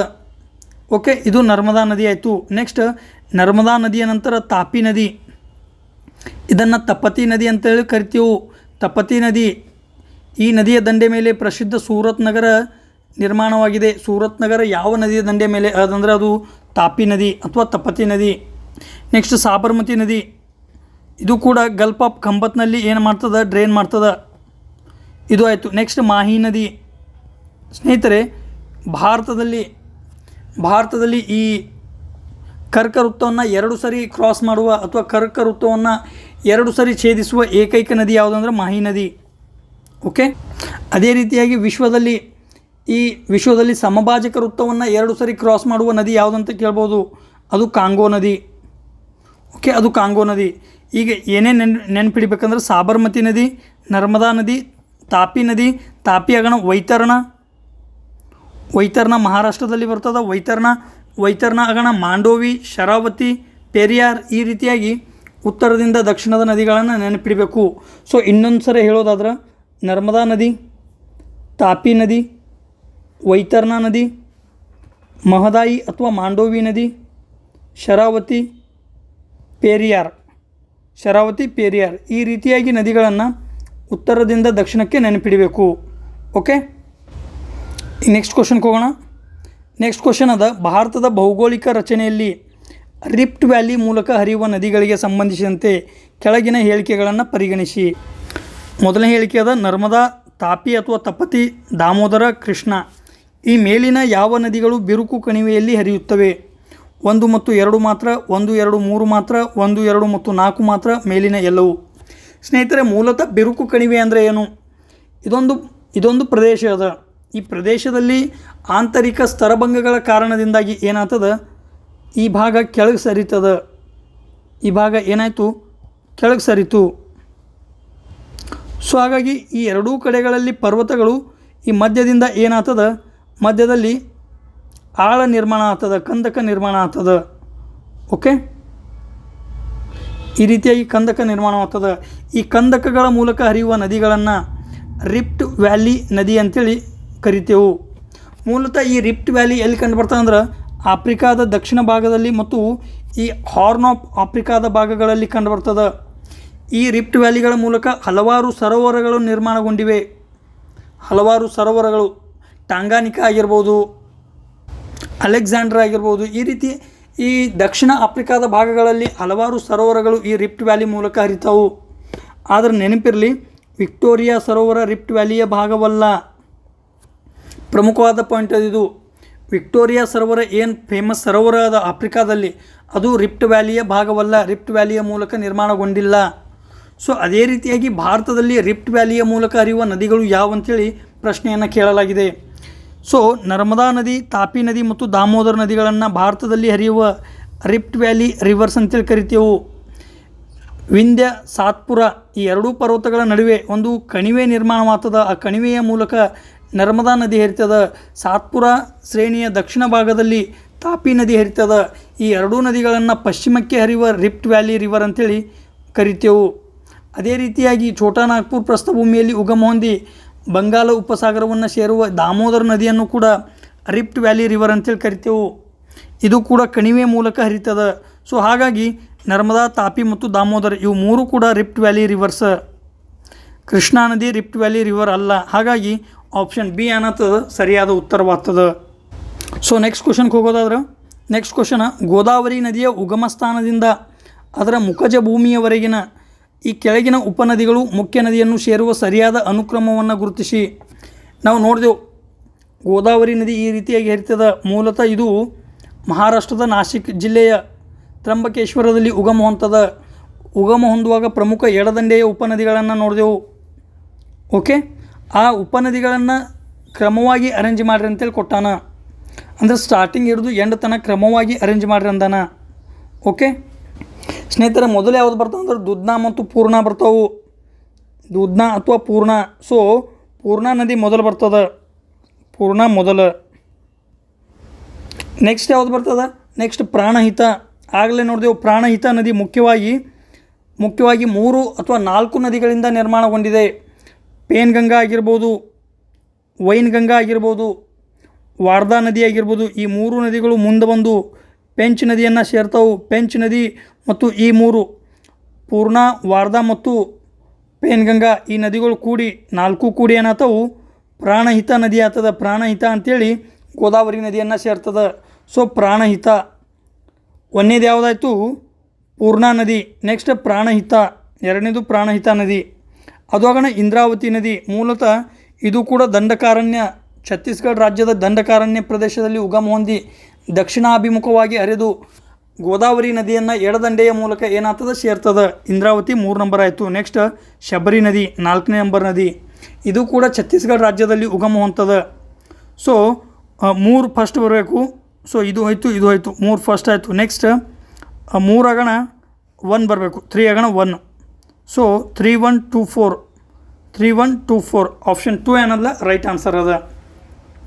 ಸ್ನೇಹಿತರೆ, ಈ ಪ್ರಶ್ನೆಗಳ ಮೂಲಕ ನಾವು ಏನು ಮಾಡಿದೆವು, ದಕ್ಷಿಣ ಭಾರತದ ಅದರಲ್ಲೂ ಪರ್ಯಾಯ ಪ್ರಸ್ಥಭೂಮಿಯಲ್ಲಿ ಉಗಮ ಹೊಂದಿ ಅರಬ್ಬಿ ಸಮುದ್ರ ಅಥವಾ ಬಂಗಾಳ ಉಪಸಾಗರಕ್ಕೆ ಸೇರುವ ಪ್ರಮುಖ ನದಿಗಳ ಬಗ್ಗೆ ವಿವರವಾಗಿ ಅಧ್ಯಯನ ಮಾಡಿದೆವು. ಅವುಗಳ ಉಗಮ ಸ್ಥಾನವನ್ನು ನೋಡಿದೆವು. ಅವುಗಳ ಮೇಲೆ ನಿರ್ಮಾಣವಾದ ಪ್ರಮುಖ ಡ್ಯಾಮ್ಗಳ ಬಗ್ಗೆ ನೋಡಿದೆವು. ಎಡದಂಡೆಯ ಉಪನದಿಗಳು, ಬಲದಂಡೆಯ ಉಪನದಿಗಳನ್ನು ಪ್ರಾಕ್ಟೀಸ್ ಮಾಡುವ ಮೂಲಕ ನೋಡಿದೆವು. ಉತ್ತರದಿಂದ ದಕ್ಷಿಣಕ್ಕೆ ಕಾಲಾನುಕ್ರಮವಾಗಿ ನೋಡಿದೆವು. ಮತ್ತು ಇದೇ ರೀತಿಯಾಗಿ ಪಶ್ಚಿಮ ಘಟ್ಟಗಳಲ್ಲಿ ಉಗಮ ಹೊಂದಿ ಪೂರ್ವಕ್ಕೆ ಹರಿಯುವ ನದಿಗಳನ್ನು ಹಾಗೂ ಪಶ್ಚಿಮ ಘಟ್ಟದಲ್ಲಿ ಉಗಮ ಹೊಂದಿ ಪಶ್ಚಿಮಕ್ಕೆ ಹರಿಯುವ ನದಿಗಳನ್ನು ಕಾಲಾನುಕ್ರಮದಲ್ಲಿ ಅರೇಂಜ್ ಮಾಡಿದೆವು. ಈ ರೀತಿಯಾಗಿ ನಾವು ಏನು ಮಾಡಿದೆವು, ಸತತ 3 ದಿನಗಳ ಕಾಲದಲ್ಲಿ ಬಹುತೇಕ ಭಾರತದ ಪ್ರಮುಖ ನದಿಗಳನ್ನು ಎಕ್ಸಾಮ್ ದೃಷ್ಟಿಯಿಂದ ಎಷ್ಟು ಬೇಕೋ ಅಷ್ಟುಗಳನ್ನು ವಿವರವಾಗಿ ಅಧ್ಯಯನ ಮಾಡುವ ಪ್ರಯತ್ನವನ್ನು ಮಾಡಿದೆವು. ಇನ್ನೇನು ಮಾಡೋಣ, ನೆಕ್ಸ್ಟ್ ಮುಂದಿನ ಟಾಪಿಕನ್ನು ತರೋ ಮೂಲಕ ಜಿಯೋಗ್ರಫಿ ಸಿರೀಸನ್ನು ಕಂಪ್ಲೀಟಾಗಿ ನೋಡುವಂಥ ಒಂದು ಪ್ರಯತ್ನವನ್ನು ಮಾಡೋಣ. ಇಲ್ಲಿವರೆಗೆ ನಮ್ಮ ಹಿಂದಿನ ವಿಡಿಯೋಗಳನ್ನು ಇನ್ನೂ ಯಾರ್ಯಾರು ನೋಡಿಲ್ಲ ಆ ವಿಡಿಯೋಗಳನ್ನು ನೋಡಿರಿ. ಈ ವಿಡಿಯೋಗಳು ಅತಿ ಇಂಪಾರ್ಟೆಂಟ್ ಆಗ್ತಾವೆ. ಮುಖ್ಯವಾಗಿ ಈ KSRP ಎಕ್ಸಾಮ್ ದೃಷ್ಟಿಯಿಂದ ಭಾಳ ಮುಖ್ಯ ಆಗ್ತಾವೆ. VAO ಎಕ್ಸಾಮ್ಗಳಿಗೂ ಅತಿ ಮುಖ್ಯ ಅದಾವೆ ಇವು. ಈ ರೀತಿಯಾಗಿ ಡೀಟೇಲ್ಗಳನ್ನು ನೋಡುವ ಮೂಲಕ ಏನು ಮಾಡಿದೆವು, ನಾವು ಅಧ್ಯಯನವನ್ನು ಮಾಡಿದೆವು. ಸೊ ಇನ್ನೂ ಯಾರು ನಮ್ಮ ಚಾನಲ್ಗೆ ಸಬ್ಸ್ಕ್ರೈಬ್ ಆಗಿಲ್ಲ, ಸಬ್ಸ್ಕ್ರೈಬ್ ಆಗಿ ನಮ್ಮ ಚಾನಲ್ಗೆ. ಈ ಚಾನಲ್ನಲ್ಲಿ ಬಿಡುತ್ತಿರುವ ವಿಡಿಯೋಗಳು ನಿಮಗೆ ಇಷ್ಟ ಆದರೆ ಲೈಕ್ ಮಾಡಿರಿ ಅನ್ನುತ್ತಾ ಇವತ್ತಿನ ವಿಡಿಯೋವನ್ನು ಇಲ್ಲಿಗೆ ಮುಗಿಸೋಣ. ಮತ್ತು ಮುಂದಿನ ವಿಡಿಯೋದಲ್ಲಿ ಮುಂದಿನ ವಿಷಯವನ್ನು ತೆಗೆದುಕೊಂಡು ಬರೋಣ ಅನ್ನುತ್ತಾ ಈ ವಿಡಿಯೋನ ಇಲ್ಲಿಗೆ ಎಂಡ್ ಮಾಡೋಣ. ಜೈ ಹಿಂದ್.